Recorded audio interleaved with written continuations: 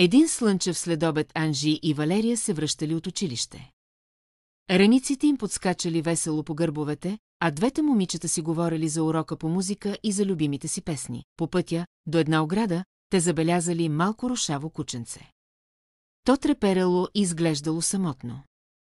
Очичките му светели като две звездички и сякаш молели за помощ. Кученцето помахало с опашка и тихо изкимтяло.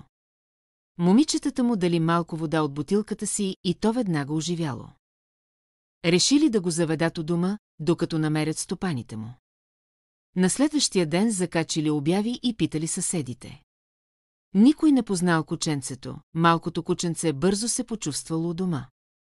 Сякаш винаги е било част от живота на Анжи и Валери.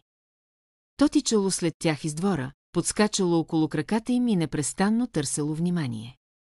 Момичетата се радували да го галят и да му носят малки лакомства. Всеки изминал ден надеждата да открият истинските му стопани намалявала.